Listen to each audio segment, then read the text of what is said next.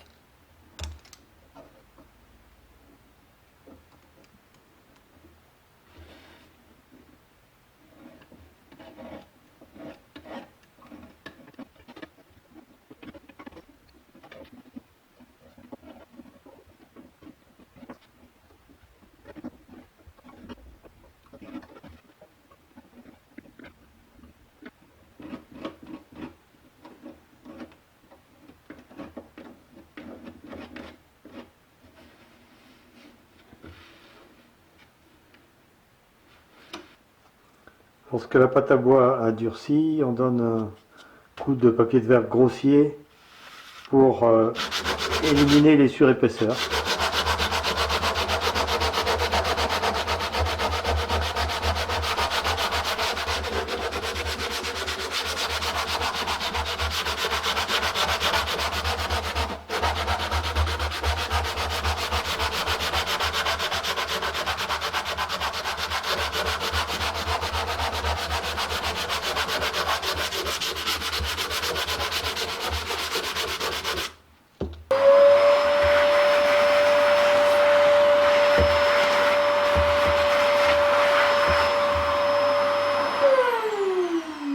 Pour coller notre marqueterie sur un support, on va avoir le choix dans une variété de matériaux. Tout d'abord, les matériaux constitués par des fibres, comme ici cet aggloméré. On a également le médium qui est une sorte d'aggloméré mais à structure beaucoup plus fine, peut-être plus facile d'emploi aussi parce que il donne des champs qui sont beaucoup plus nets et probablement plus faciles à plaquer ou avec moins de risque d'éclat. Donc dans les deux cas, de toute façon, c'est des fibres qui sont compressées et stabilisées avec une colle uréformol. Ce sont donc des supports qui sont très stables et utilisables pour un plaquage. Néanmoins, j'utilise peu ou pas ce genre de support parce que je les trouve assez éloignés du bois. Et j'ai plutôt tendance à utiliser soit un bois massif, comme ici. Dans ce cas-là, il faudra prendre un bois qui est parfaitement sec et il faudra que les planches soient coupées aux dimensions et bien dégauchies. Lorsqu'on veut des largeurs importantes comme ici, on est obligé de prendre plusieurs planches moins larges et les jointer. Ici, on a jointé deux planches. Ça permet d'éviter d'avoir le cœur dans la planche qui est un élément qui peut entraîner pas mal de déformations par la suite, et d'avoir quelque chose qui est beaucoup plus stable et qui bougera moins une fois qu'on aura collé la marqueterie. Le dernier support qu'on peut utiliser, c'est le contreplaqué. Je l'utilise très souvent, d'abord parce que c'est un support qui est prêt à l'emploi, et puis c'est un support qui est très stable et qui se déforme très peu. Alors la déformation, c'est quelque chose d'important à ce stade-là, parce que en fait, quand on va plaquer un support comme ça veut dire qu'on va coller d'un côté un plaquage, et en collant ce plaquage, on va introduire des contraintes supplémentaires, une tension supplémentaire d'un côté, qui va conduire la plaque à se cintrer, à se déformer. Pour corriger cette déformation, en fait, on a une solution qui consiste à mettre la même contrainte des deux côtés. C'est-à-dire que de l'autre côté, on va coller un simple plaquage, et de cette façon-là, on va contrebalancer. Ça s'appelle un contrebalancement. On va contrebalancer les contraintes et éviter au support de se déformer avec le collage. Le contreplaqué est d'ailleurs constitué comme ça. Le contreplaqué a toujours un nombre de couches qui est impair, avec une âme centrale, et de part et d'autre de cette âme centrale, on a des couches de plaquage qui sont disposées en fibres croisées, de façon à avoir des contraintes qui sont rigoureusement égales de part et d'autre de l'âme, et avoir une plaque qui va rester parfaitement plane et relativement difficile à déformer. Lorsqu'on utilise un contreplaqué assez épais avec une marqueterie de faible dimension, on peut à la rigueur se dispenser de contrebalancement, mais je ne le conseille pas. Contrebalancement est vraiment recommandé dans tous les cas. Et il est même carrément indispensable lorsqu'on travaille avec un bois massif, parce que lui se déforme beaucoup plus facilement qu'un contreplaqué. Vous avez sans doute remarqué que quand on a plaqué le coffret, on n'a pas fait de contrebalancement. Bon, il y a une bonne raison à ça, c'est que le coffret, il a un cadre qui est extrêmement rigide et qui maintient la rigidité et la planéité de toutes les faces qu'on a plaquées, ce qui fait qu'on n'a pas, dans ce cas-là, besoin de contrebalancement. J'ai préparé un support pour coller notre marqueterie de voilier. Donc support aux dimensions finales qui laisse une marge de 1 cm de tous les côtés, de façon à coller les cales qui vont nous servir à centrer le support au moment du collage. Mais avant de réaliser ce plaquage, je vais coller sur l'autre face le contrebalancement qui va nous servir à éviter toute déformation du support. Pour le contrebalancement et le plaquage des champs, j'utilise en général de la colle vinylique qui est très simple d'emploi.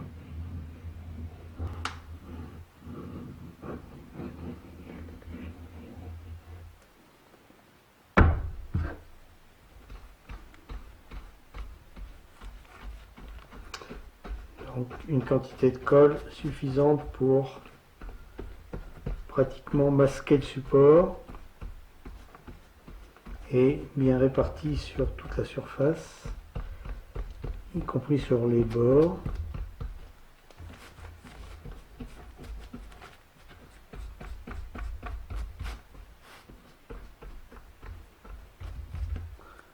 Un tout petit peu plus sur les bords.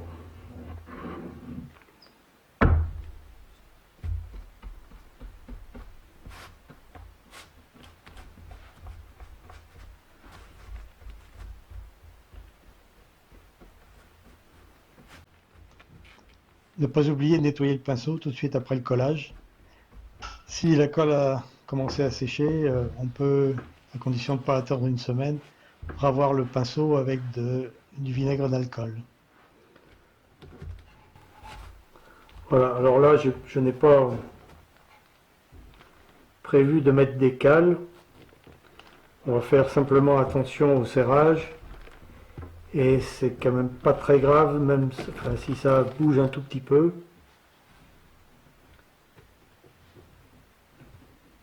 question est moins importante que pour la marqueterie elle-même.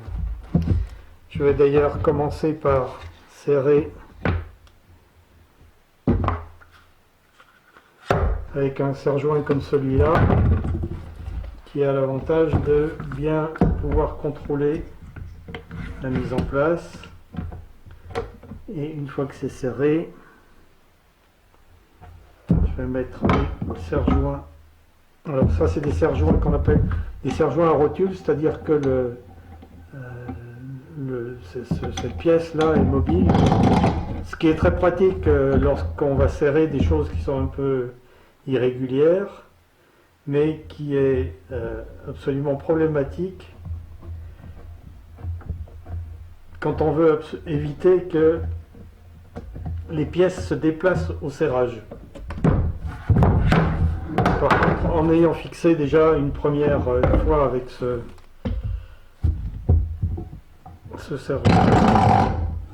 serre-joint, ça permet effectivement d'avoir après une bonne stabilité.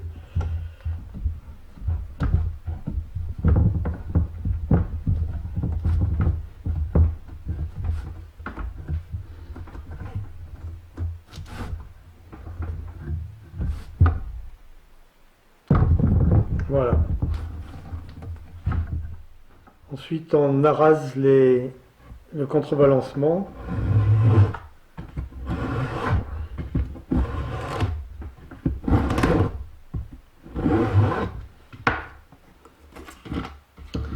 Et on va soigneusement poncer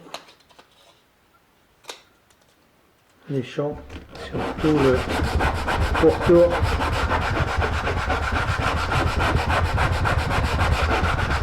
du support.